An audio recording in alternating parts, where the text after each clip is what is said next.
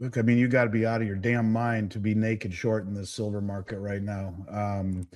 And I think that you could argue that this is the gyrations of commercial banks that are trapped, that are getting squeezed and doing all they can to knock it down to cover their stale short positions. What we've seen is tremendous resiliency. Before, man, when they would step on it, they would step on its nuts and really step on it, and then its neck, and it would never come back, and it would take forever to come back. And now what you're seeing is immediate bounce back, wasting of ammunition, only making the ultimate outcome like a coiled spring or a beach ball. You push further and further and further underwater till when it gets past your hand, it knocks your chin off as it comes up. And that's the kind of demand that I would expect to see when you see a sovereign nation like Russia say this.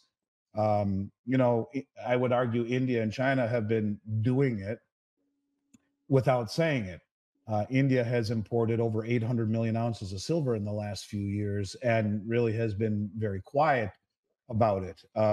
China is the second largest producer of silver in the world, and maybe they're the largest. I mean, who knows how much they actually produce.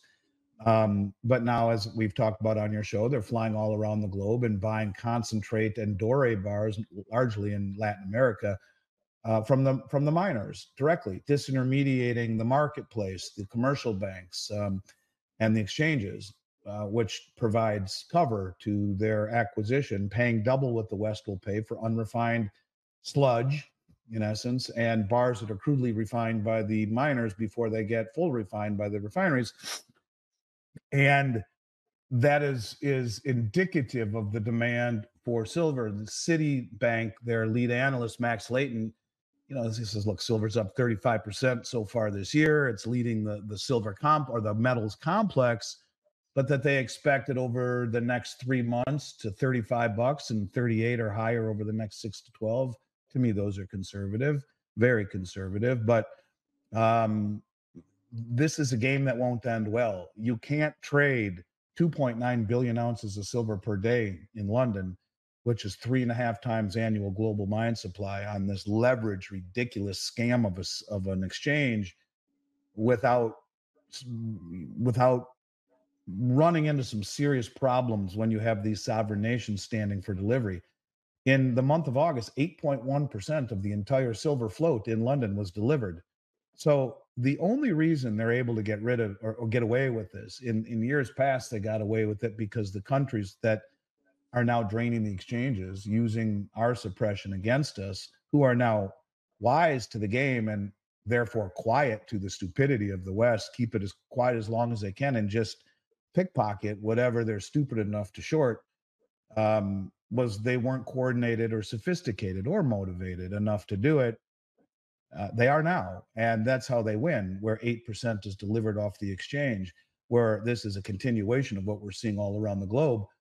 So ultimately, silver goes higher than anyone thinks possible. When you add into it, for the first time, a government officially saying it will be part of our reserves, this is a big deal.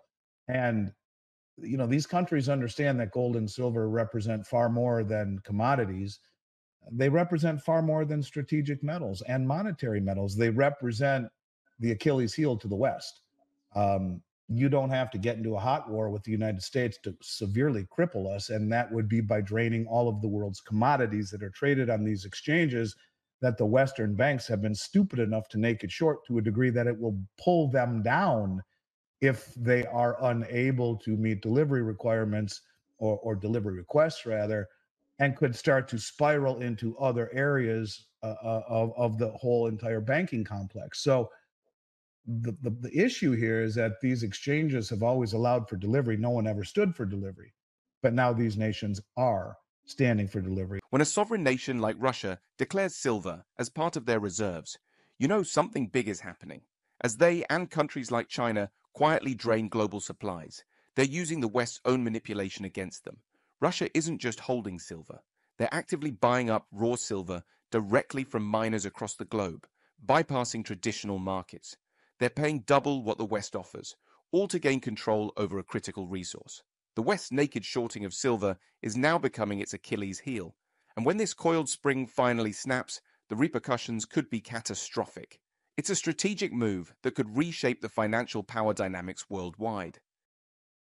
Every time there's been a war that has broken out, gold and silver and oil get slammed down. It was like a deal, an unspoken deal with our allies, and that would be to pump more oil, or to suppress the price of oil, or to suppress the price of metals. And all of the Western G7 nations went to work in coordination to do that, instead of freaking people out that, oh my God, we're at war again. It's Desert Storm and God only knows what's going to happen. And gold should be flying, but it's down. Oil should be flying, but it's down.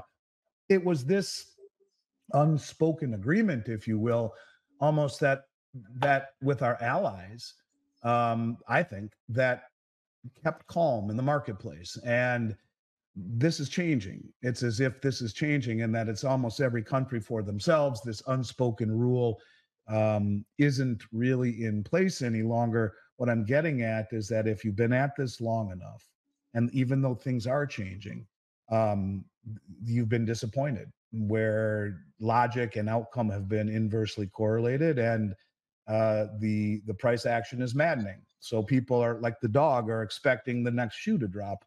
But Yep. when the world is accumulating the physical product the way that they are, this falls right into the hands of the rest of the world. And that's why they're not bitching, because they're the ones buying it.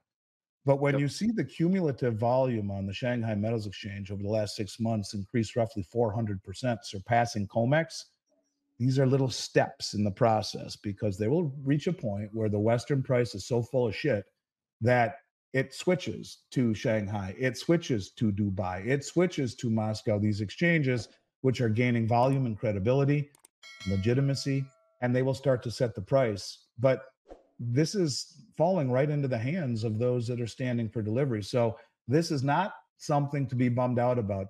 I mean, when we talk about the incentive of the West, they're full of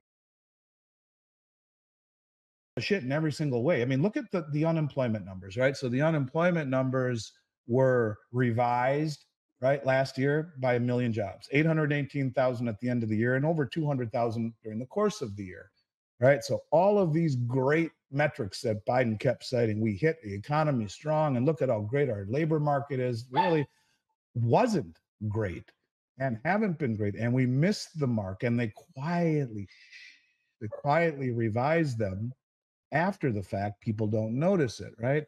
And but the latest employment numbers here in September exemplify just how dishonest all of the numbers are, whether we're talking about the price of gold and silver, what its real price is, or their effort to keep this game going. And what I mean by that is that, we had this amazing, and first of all, the fact that the BLS, it should just be called the bullshit, not the BLS. It should be the BS.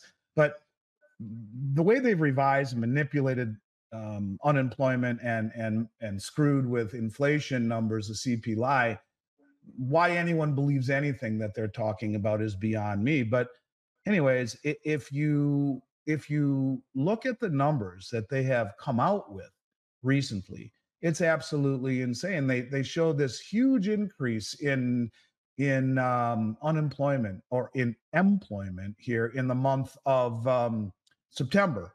And they said, oh, it's, we've had such a great number of jobs that have been increased by 254,000 jobs. Well, I mean, this is right before the election. They want us to believe that inflation's coming down and the economy is getting stronger. Of course, if that were the case, then why the hell did they drop rates by 50 basis points? But even still, 254,000 jobs, the biggest monthly increase since March, and much more than the average monthly gain of 203,000 over the prior 12 months. Well, one of the reasons they did this is because there's something called the SAM rule, the Claudia SAM rule, where if they were where they should be, and I'll explain where they really are in a minute, we would have triggered a recession. And she's predicted it 9 recessions in a row, where you take a 3-month rolling average of unemployment, and if it rises by 50 basis points, you're in a recession. And it's predicted it 9 times in a row. Well, these numbers just popped above that. So now they're not triggering the SAM rule into the election, and there's 254,000 jobs. The economy sounds great. You know, why anyone would believe it is beyond me. But the reality, if you look under the hood, is that it's a bunch of horse shit. 458,000 jobs were shed in the month during the month, and those are what's called non-seasonally adjusted. Those are like kids who, you know, were working landscaping jobs or working at the mall and whatever, went back to college. So they got rid of those jobs. But so we lost 458,000. They're telling us that we gained 254, the biggest increase in a long time. But what they don't tell us, as putrid and sickening as this is that they added 785,000 government jobs, the highest monthly surge on record. So 785,000 jobs to the machine, a machine that has no profit motive, meaning they are not in any way whatsoever efficient. They waste money. They spend money that it's not theirs. They don't care.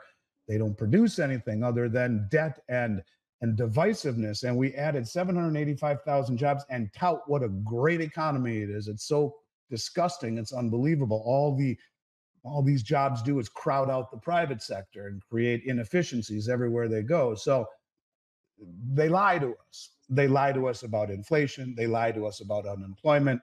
And they're doing the best they can to mask the real value of gold and silver to keep us trapped within a system. Now that you know the truth behind the manipulated employment numbers and what they mean for the economy, you're going to need to dive into the next important video on this channel. It's crucial for understanding how these tactics fit into the bigger picture of the financial system and what you can do to protect your assets. Don't miss it.